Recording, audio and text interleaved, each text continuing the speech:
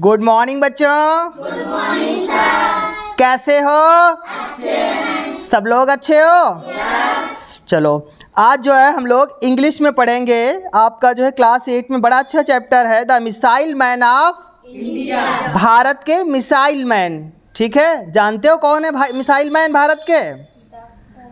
बताइए, नाम बताइए उनका। Doctor APJ Abdul Kalam. Very good, doctor APJ Abdul Kalam. उन्हीं पर आधारित आज का हमारा पाठ है और हम लोग पढ़ते हैं। चलो देखते हैं।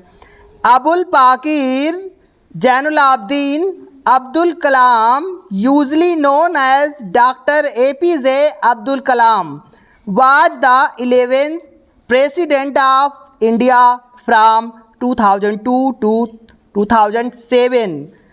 अबुल पाकिर जैनुल आबदीन अब्दुल कलाम, जिन्हें डॉक्टर एपीजे अब्दुल कलाम के नाम से जाना जाता है।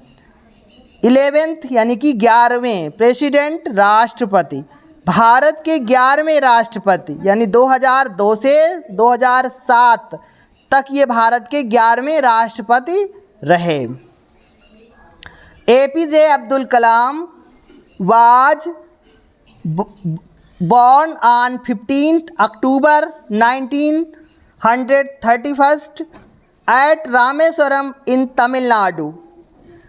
एपीजे अब्दुल कलाम का जन्म 15 अक्टूबर 1931 को तमिलनाडु के रामेश्वरम में हुआ। Although he was born in a poor family, poor means गरीब। हालांकि वो एक गरीब परिवार में पैदा हुए। He was an exceptionally brilliant child, यानी कि वो असाधारण रूप से प्रतिभाशाली बच्चे रहे। प्रतिभाशाली यानी कि बहुत होशियार बच्चे रहे। His father Zainul Abedin was a boat owner। Boat owner यानी नाव के मालिक। बोट मीन्स नाव, ओनर माने मालिक। उनके जो पिता थे जैनुल आबदीन, उनके पिता जैनुल आबदीन एक नाव के मालिक थे। Who ferried Hindu pilgrims at the Rameswaram temple in Tamil Nadu, जो तमिलनाडु के रामेश्वरम मंदिर में हिंदू पिलग्रिम्स मीन्स होता है तीर्थ यात्री, और हिंदू मीन्स हिंदू। तो रामेश्वरम मंदिर में हिंदू तीर्थयात्रियों को नाव से लेकर जाते थे। His father was also an imam at the local mosque. Local मतलब स्थानीय या पास की ही, मॉस्क्यू मीन्स मस्जिद। And his brother Asima was and his mother Asima was a housewife, यानी उनके पिता स्थानीय मस्जिद में इमाम थे और उनकी माता आसिमा हाउस वाइफ थी, गृहिणी थी। He started working at a young age. उन्होंने छोटी आयु से ही वर्किंग यानी काम करना शुरू किया था, या छोटी ही उम्र से काम करना शुरू कर दिया था। ही sold tamarind seeds and newspapers to support his family। tamarind seeds means होता है इमली के बीज, यानी जो खाने के लिए इमली आती है। एंड न्यूज़पेपर्स अखबार, वो अपने परिवार की मदद के लिए, सहायता के लिए जो है इमली के बीज और अखबार बेचते थे। After completing his schooling at the Rameswaram elementary school, यानी जो अबुल कलाम थे उन्होंने अपनी स्कूलिंग, कौन सी स्कूलिंग? एलिमेंट्री स्कूल यानी कि प्राथमिक शिक्षा। ठीक है, तो उन्होंने अपनी प्राइमरी की जो शिक्षा थी वो अपने स्कूल की पढ़ाई यानी रामेश्वरम प्राथमिक विद्यालय से पूरी करके Kalam went to attend Saint Joseph college in Tiruchirappalli. Kalam ने तिरुचिरापल्ली के सेंट जोसेफ कॉलेज में दाखिला ले लिया या पढ़ने के लिए चले गए। The college was affiliated to the university of Madras, यानी जो ये कॉलेज है ये मद्रास विश्वविद्यालय से एफिलेटेड था, मान्यता प्राप्त था। From where he graduate in physics in 1954, और वहाँ उन्होंने 1954 में भौतिक विज्ञान, फिजिक्स भौतिक विज्ञान में क्या किया, ग्रेजुएट किया, स्नातक किया। ही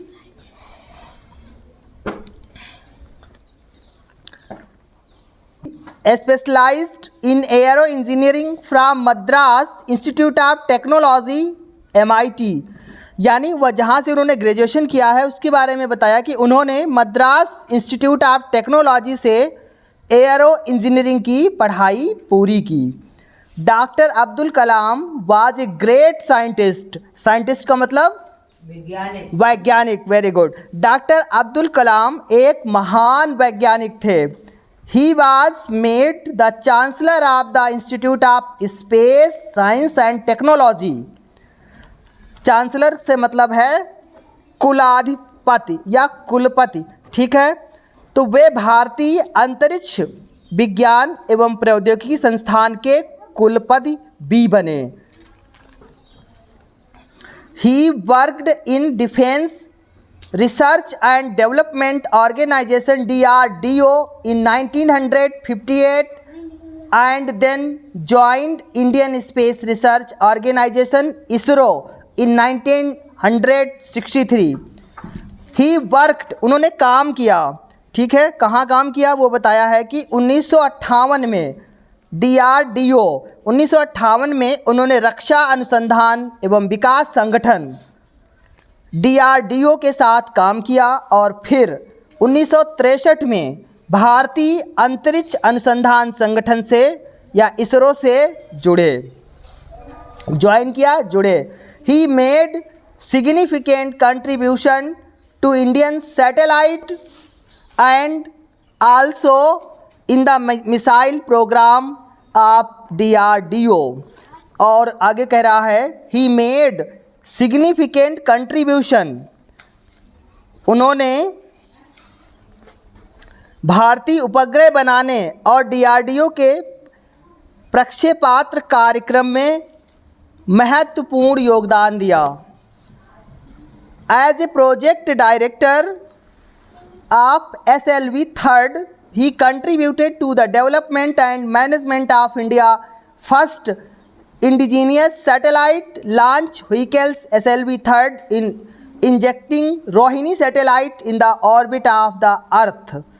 तो वो कह रहा है कि एज ए प्रोजेक्ट डायरेक्टर, यानी कि जो ये प्रोजेक्ट था SLV 3rd, उस SLV 3rd की जो परियोजना के निदेशक के रूप में, डायरेक्टर मतलब निदेशक के रूप में उन्होंने रोहिणी उपग्रह को पृथ्वी की कक्षा में, कह रहा Rohini satellite in the orbit of the earth, पृथ्वी की कक्षा में या कक्षा के पास स्थापित करने में भारत के पहले उपग्रह प्रक्षेपण यान SLV 3rd के विकास और संचालन में भी योगदान दिया।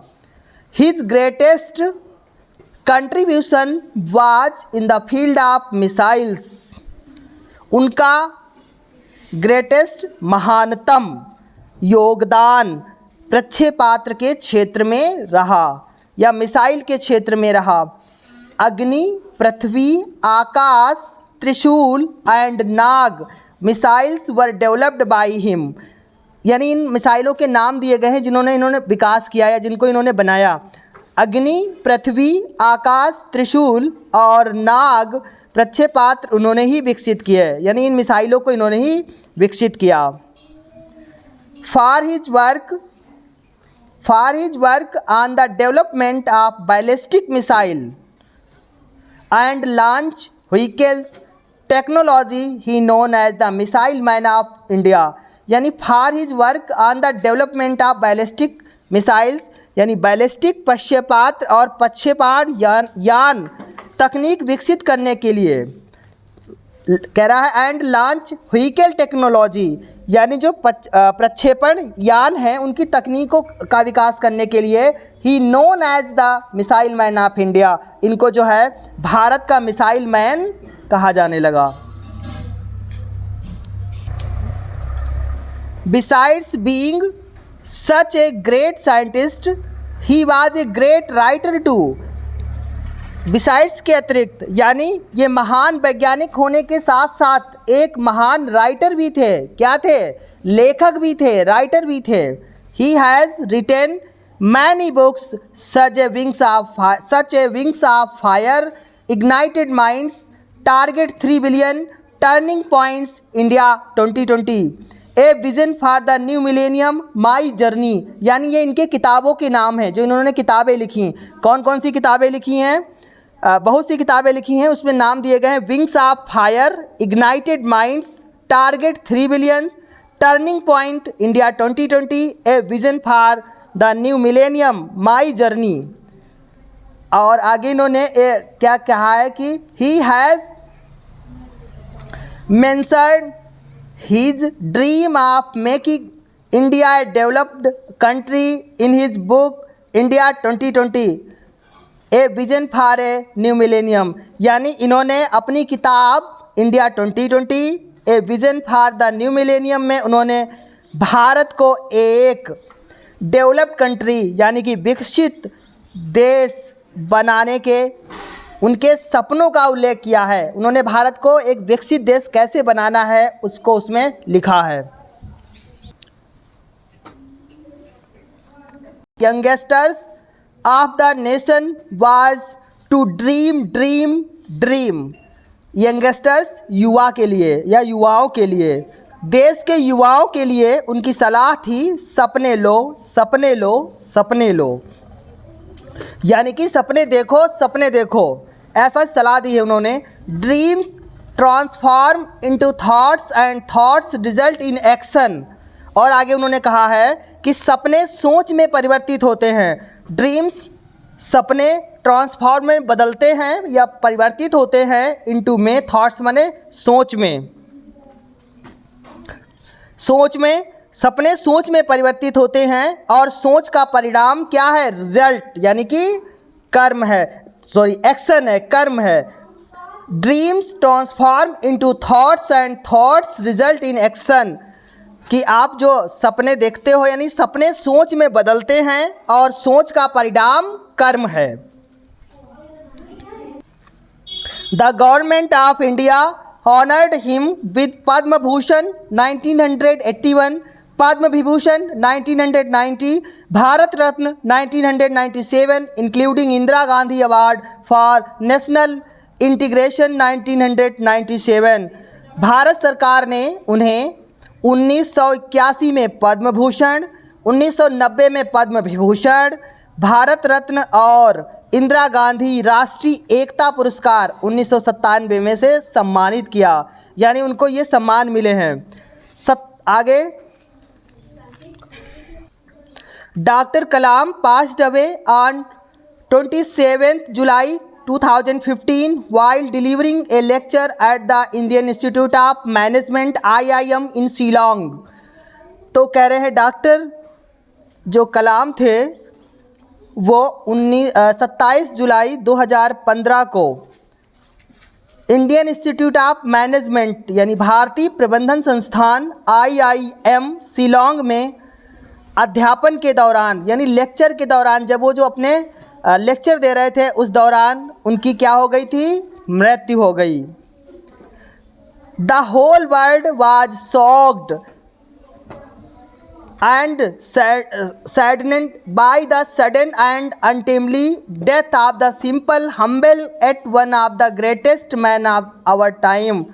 तो कह रहे हैं कि जो पूरा विश्व था, होल वर्ल्ड यानी पूरा विश्व, साधारण, विनम्र, साथ ही हमारे समय के सबसे महान व्यक्ति की जब अचानक, सडनली मतलब अचानक एवं अकाल मृत्यु के बारे में जाना तो सब दुख में डूब गए।